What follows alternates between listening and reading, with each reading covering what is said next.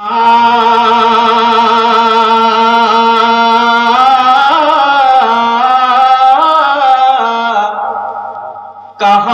سے لاؤگے؟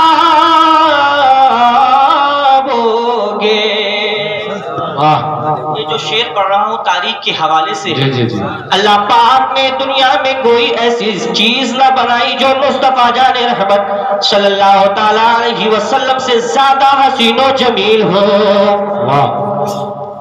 جمال گنبد خضرا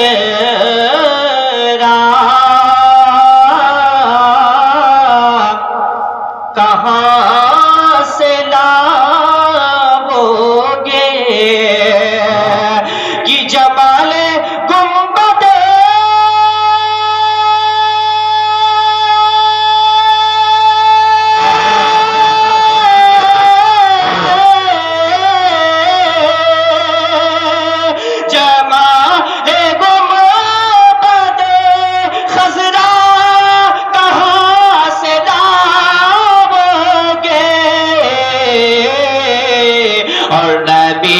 سے پھر کے اجالا کہاں سے لاؤگے؟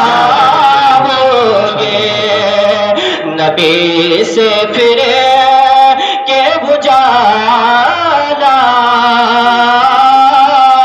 کہاں سے لاؤگے؟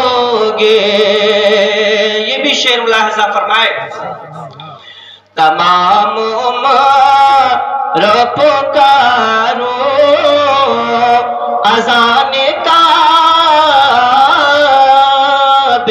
سے، تمام عمر پکارو اذان کعبے سے، کہ تمام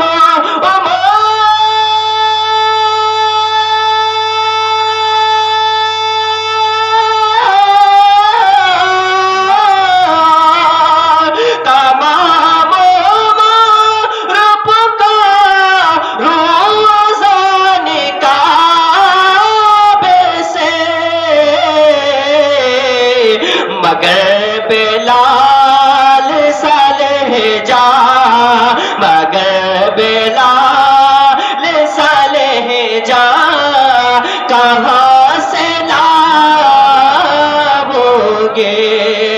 مگر بلال صالح جا کہاں سے لاؤگے؟ نعت پاک پڑھنا یہ کوئی آسان کام نہیں ہے، بلکہ حضرت حسان سے پوچھو۔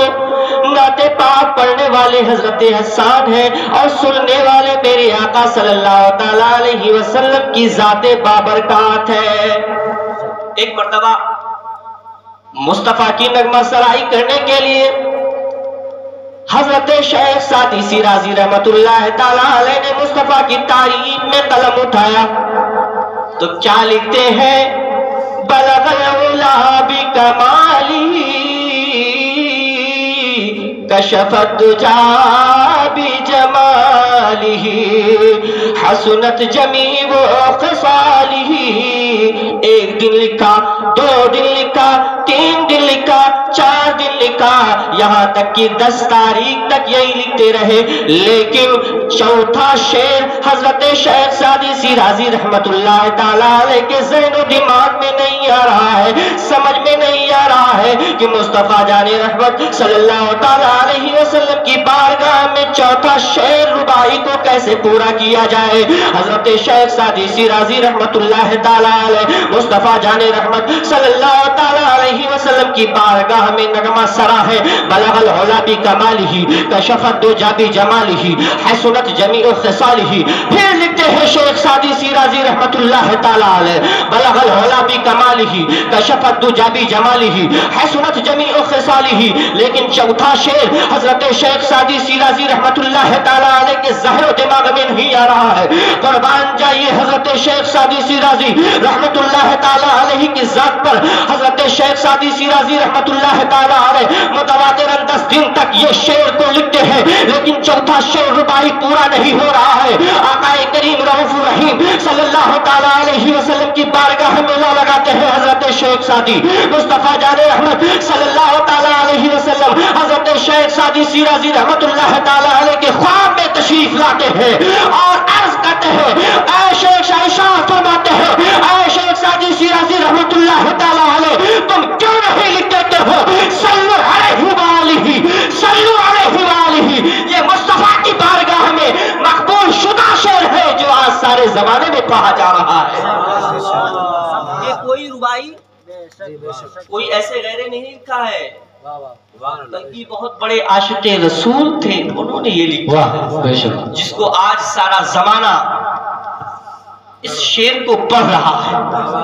ہمارے ہندوستان میں نہیں، پاکستان میں نہیں، بلکہ عرب کنٹریوں میں بھی پڑھا جا رہا ہے، چاہے افغانستان ہو، چاہے ساؤتھ افریقہ ہو، چاہے زمبابوے ہو، کہیں بھی جائیے، لیکن یہ شعر ایسا مقبول شعر ہے یہ آج سارے زمانے میں پڑھا جا رہا ہے۔ ایک شعر اور آپ حضرات کی توجہ کا طالب ہوں، میں پڑھ رہا ہوں، ملاحظہ فرمائے۔ جمال گم بد خزرا کہاں سے لاؤ گے؟ الحمدللہ ابھی چند سال قبل بریلی شریف کی سرزمین پر ایک ذات جب وصال ہوا میرے سرکار تاج الشریعہ کا، زمانے نے دیکھا کہ آج کوئی جانے والا عام انسان نہیں ہے بلکہ یہ اللہ کا ولی ہے۔ الحمدللہ شاعر نے اس کی منظر کشی کی ہے، شعر ملاحظہ فرمائے حضرت۔ وہ جس کی ذات پہ تقویٰ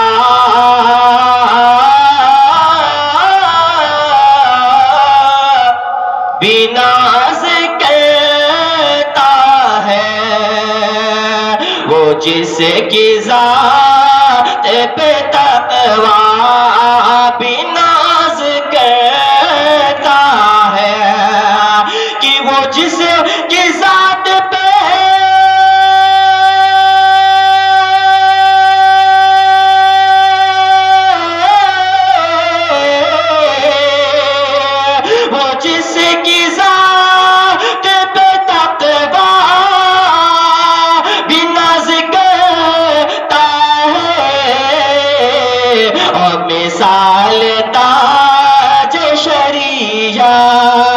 مثال تاج شریعت کہاں سے لاؤ گے؟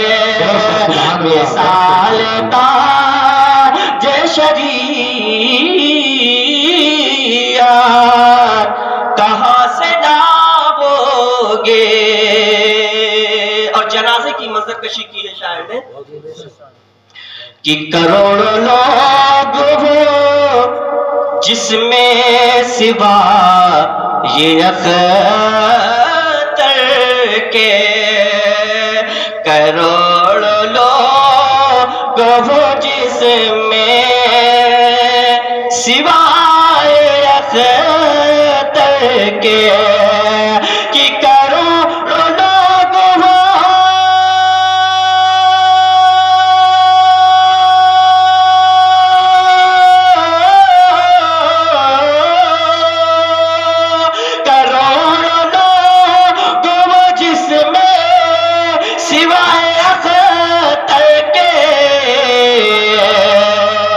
بتاؤ ایسا جنازہ، بتاؤ ایسا جنازہ کہاں سے لاؤ گے؟ بتاؤ ایسا جنازہ کہاں سے لاؤ گے؟ اے جلہن پرواہ کے سنی صحیح العقیدہ مسلمانوں، آج جس ملک میں ہم زندہ ہیں اور جس ملک میں ہم غوث اعظم کی میلاد منا رہے ہیں، یہ حقیقت میں فیضان میرے خواجہ معین الدین چشتی کا ہے۔ اگر میرے خواجہ بھارت کی سرزمین پر تشریف نہ لاتے تو نہ آج ہم ہوتے، نہ آپ ہوتے، اور نہ یہاں کا کوئی سنی مسلمان ہوتا۔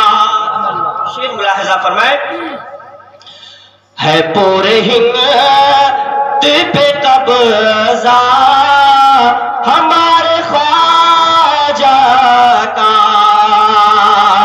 کی ہے پورے ہند پہ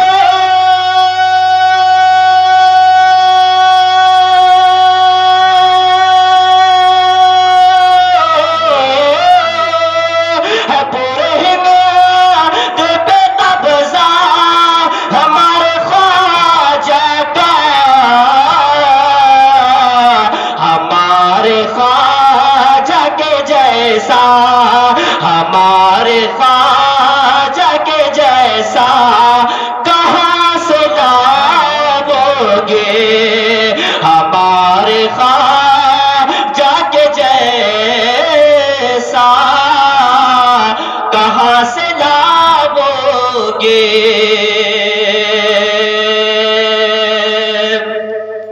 اور میرے غوث فرماتے ہیں، نظر تو الہ بلاد اللہ جمال کا خربلۃ علی حکم اتصالی، یعنی میں روئے زمین کو اس طریقے سے دیکھ رہا ہوں جیسے ہاتھ کی ہتھیلی پہ رائی کا دانہ دیکھا جا سکتا ہے۔ شاعر نے اس کی بھی منظر کشی کی ہے کون دیکھ لے دنیا جو مثل کے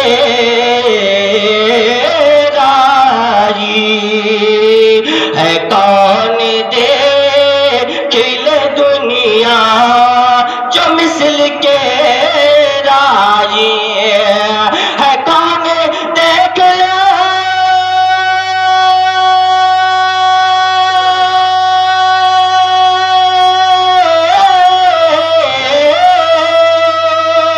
ہے، کون دیکھ لے دنیا جو مثل کے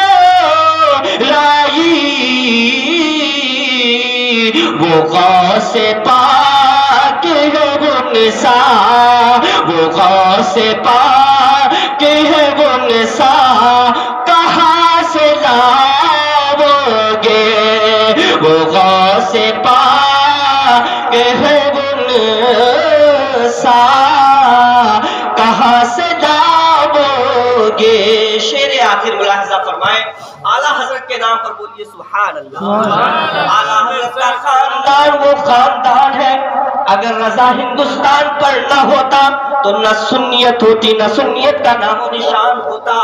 یہ احمد رضا کی دین ہے کہ آج یہ منبر و محراب باقی ہے، یہ اعلیٰ حضرت کی دین ہے جو آج سنیوں کے مدارس و مساجد باقی ہے۔ کون دیکھ لے کوئی ہے مفتی اعظم تو کوئی اختر ہے، کوئی ہے مفتی اعظم تو کوئی اختر ہے، کہ کوئی ہے مفتی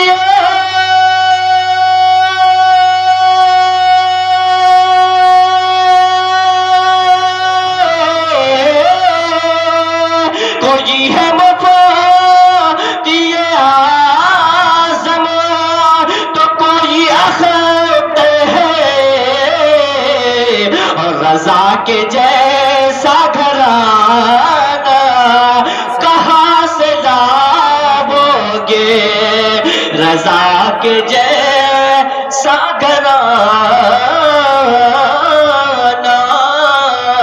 کہاں سے لاؤ گے۔ درود پاک پڑھیے، اللہم صلی علی سیدنا و مولانا محمد وبارک وسلم، صلاۃ و سلام علیک یا رسول اللہ صلی اللہ تعالی علیہ وسلم۔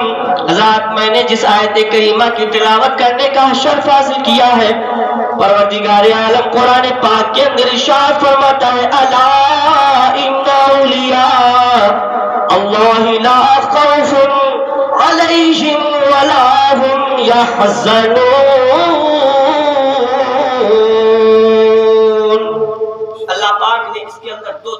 لازم قرار دی ہے.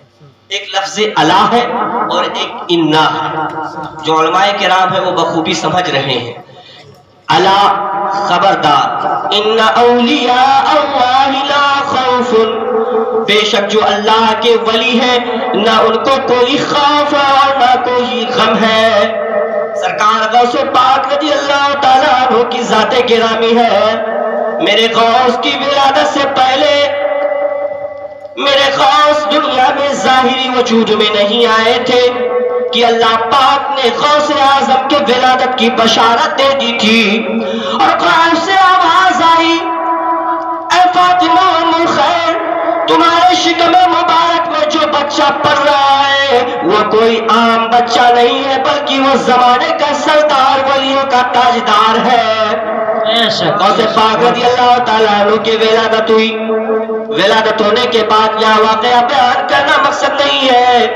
حضرات میں آپ کو چند باتیں بتا کر رخصت ہو جانا چاہتا ہوں کہ میرے غوث نے اپنے ماں کے شکم مبارک میں رہ کر بھی ولایت کا ظہور کیا. جو لوگ آج اعتراض کرتے ہیں کہ نبی کو علم غیب نہیں، نبی کو پاور نہیں، نبی کو اختیار نہیں، آؤ میرے غوث کی بارگاہ میں آؤ. میرے غوث قصیدہ غوثیہ میں ارشاد فرماتے ہیں، نظر تو الی بلاد اللہ جمان کا خاغلت علی حکم تسالی. اللہ پاک نے میرے خزانے قدرت میں میرے ہاتھ کی ہتھیلی پر ساری کائنات کو ایسے رکھ دیا ہے جیسے ہاتھ کی ہتھیلی پہ رائی کا دانہ دیکھا جا سکتا ہے. وہی غوث پاک رضی اللہ تعالیٰ عنہ ہے. جب شکم مبارک میں ہے ولادت کا ظہور ہوا. ولادت کے بعد میں غوث اعظم جب دنیا میں تشریف لائے ہیں تو میرے غوث کی ولادت کی برکت سے شہر جیلان کے اندر اللہ پاک نے ایک اللہ کے ولی کے ولادت کی برکت سے شہر جیلان میں 1100 بچوں کی ولادت پیدا فرمائی تھی. بے شک 1100 بچوں کی عام ولادت ہوئی تھی. اور وہ بچے یہ مانا جا سکتا ہے کہ چلو تعداد زیادہ ہوگی اس لیے 1100 بچوں کی ولادت ہو گئی ہوگی، لیکن سنو اللہ پاک بھی بچیوں کو بھی پیدا کر سکتا تھا. وہ جو چاہتا وہ کر سکتا تھا، لیکن غوث اعظم رضی اللہ تعالیٰ عنہ کے ولادت کی خوشی میں اللہ پاک نے 1100 بچوں کی ولادت فرمائی تھی. اور وہ جو 1100 بچے پیدا ہوئے تھے وہ کوئی عام بچہ نہیں تھا، وہ کوئی عام انسان نہیں تھا، وہ کسی عام بچے کی ولادت نہیں تھی، بلکہ غوث اعظم فرماتے ہیں کہ میری ولادت کی خوشی میں پروردگار عالم نے 1100 بچوں کو اللہ کا ولی بنا کر دنیا میں بھیجا تھا. بے شک انسان یہ سوچ سکتا ہے کہ میرا بچہ 5 بچے اگر کسی کے گھر میں ہو جائے تو یہ دعویٰ نہیں کر سکتا ہے کہ میرا بچہ عالم دین ہی بنے گا، میرا بچہ ڈاکٹر ہی بنے گا، میرا بیٹا پروفیسر بنے گا یا انجینئر بنے گا. لیکن غوث اعظم کی نگاہ ولادت دیکھ رہی تھی. میرے غوث کی ولادت کی خوشی میں پروردگار عالم نے شہر جیلان کے اندر غوث اعظم کی ولادت کی خوشی میں پروردگار عالم نے 1100 بچوں کو پیدا کیا تھا. اور وہ 1100 بچے کوئی عام بچے نہیں تھے، بلکہ وہ اللہ کے خاص بندے، اللہ کے ولی اور مقرب بندے پیدا کیے گئے تھے. اور سنو اور آگے بڑھو.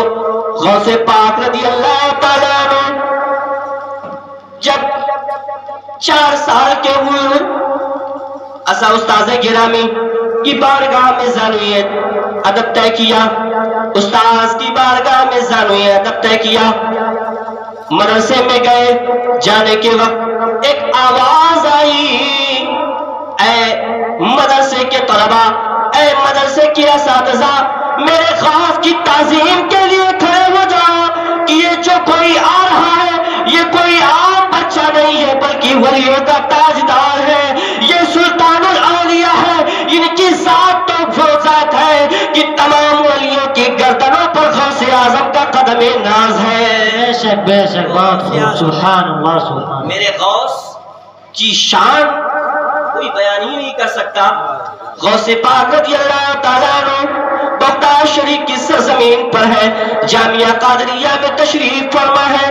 وہاں سے آواز دے رہے ہیں، قد قدمی حاضی علی رقبت کل ولی اللہ، قدمی حاضی علی رقبت کل ولی اللہ۔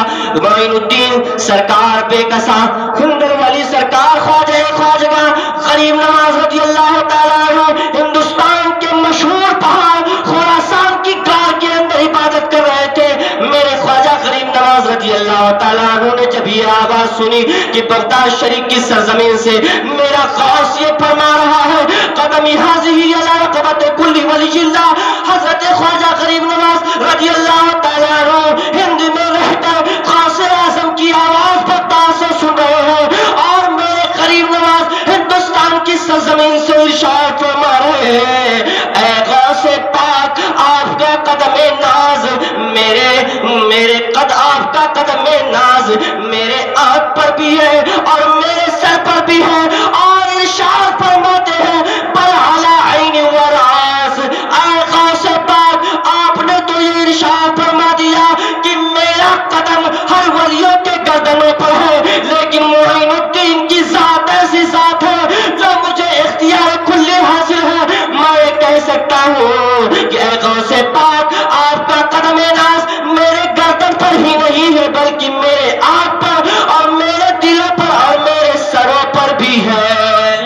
بے شک بات خوب سبحان اب یہیں سے اللہ۔ غیب کا پتہ چل رہا ہے، جو آج کل وہابی دیوبندی اعتراض کرتے ہیں کہ مصطفیٰ کو غیب کی خبر نہیں۔ اب ہم جران پوروا کے سنی سے العقیدہ مسلمانوں یہ بتاؤ کہ غوث بغداد کی سرزمین سے یہ ارشاد فرما رہے قدمی حاضی علی رقبت کل ولی اللہ، اور میرے خواجہ ہندوستان میں رہ کر میرے غوث کے سوال کا جواب بھی دے رہے ہیں۔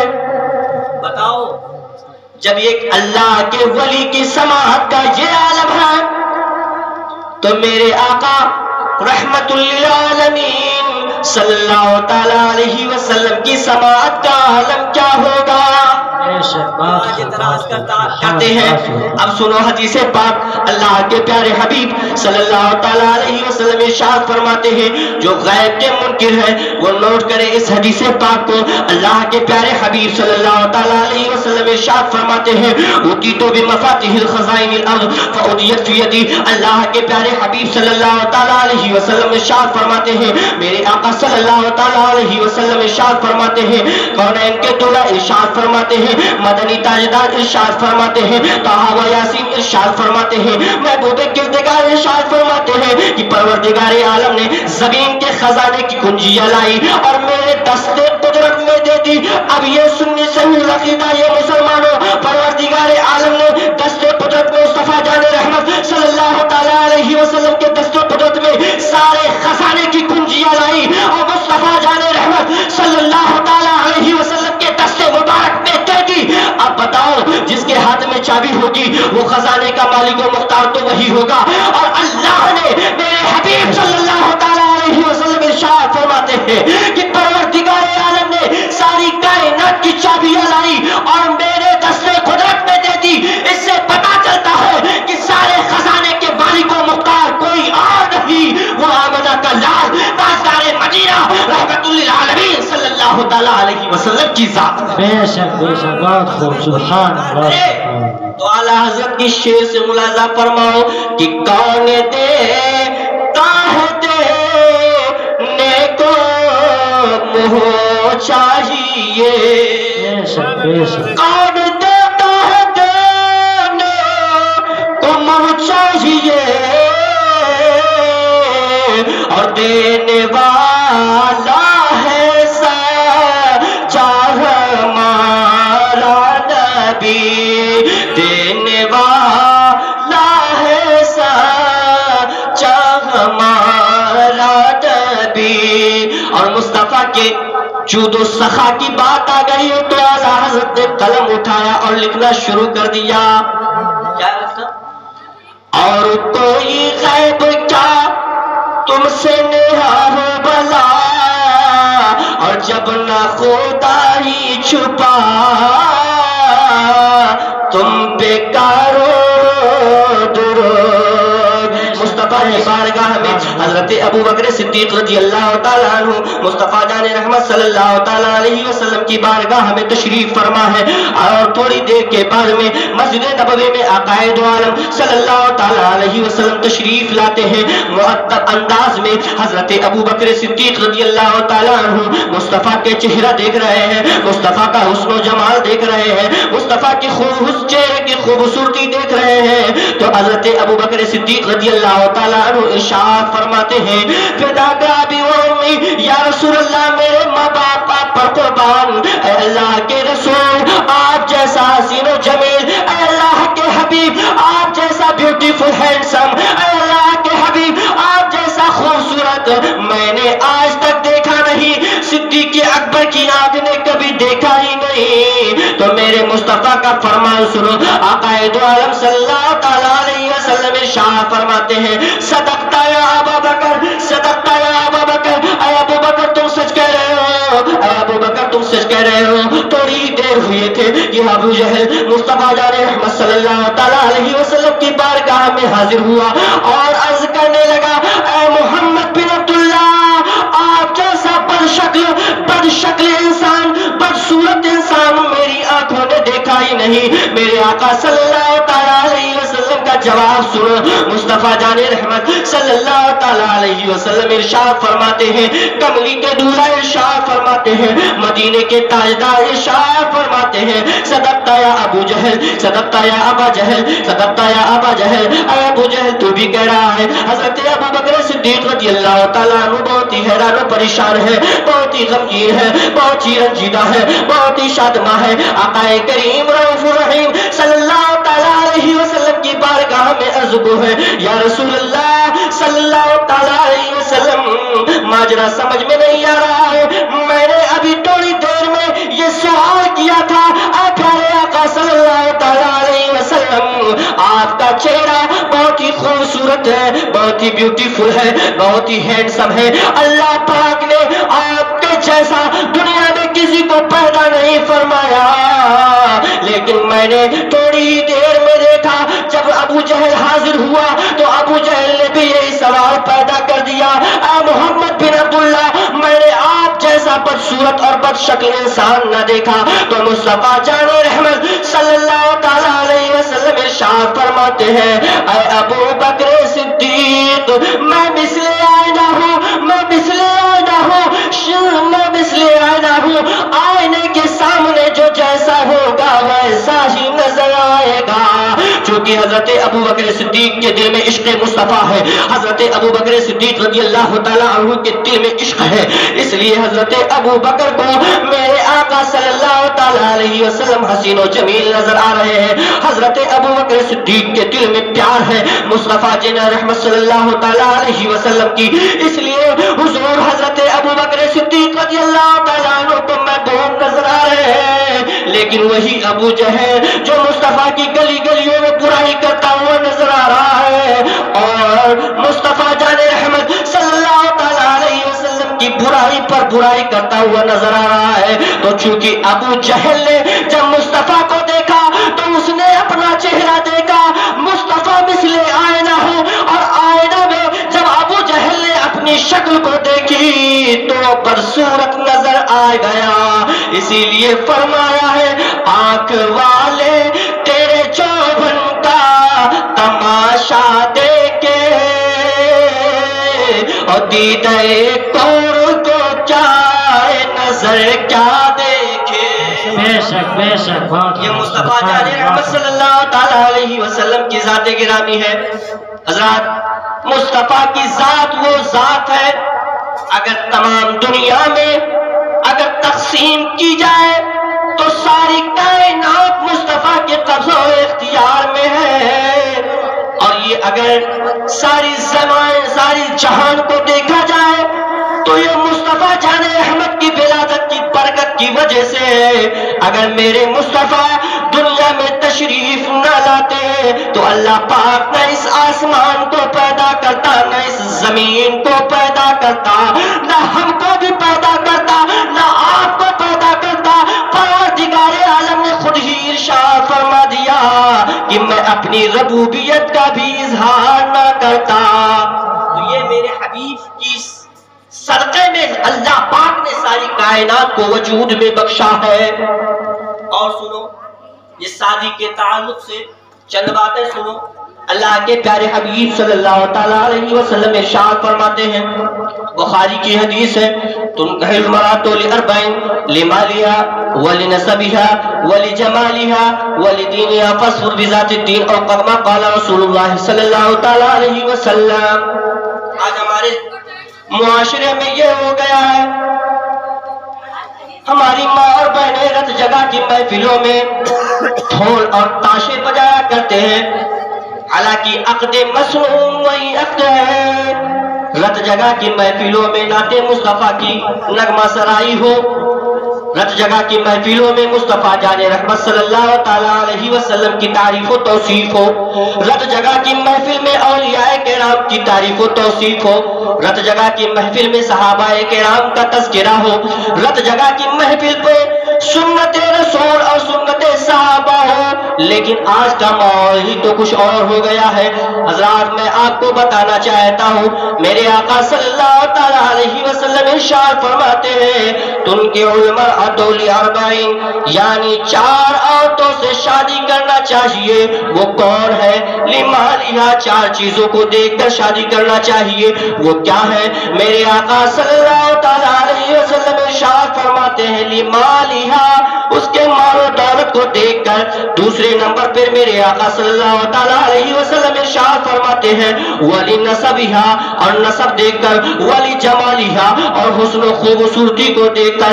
پھر میرے آقا صلی اللہ تعالیٰ علیہ وسلم ارشاد فرماتے ہیں، ولدینها، اور دینداری کو دیکھ کر۔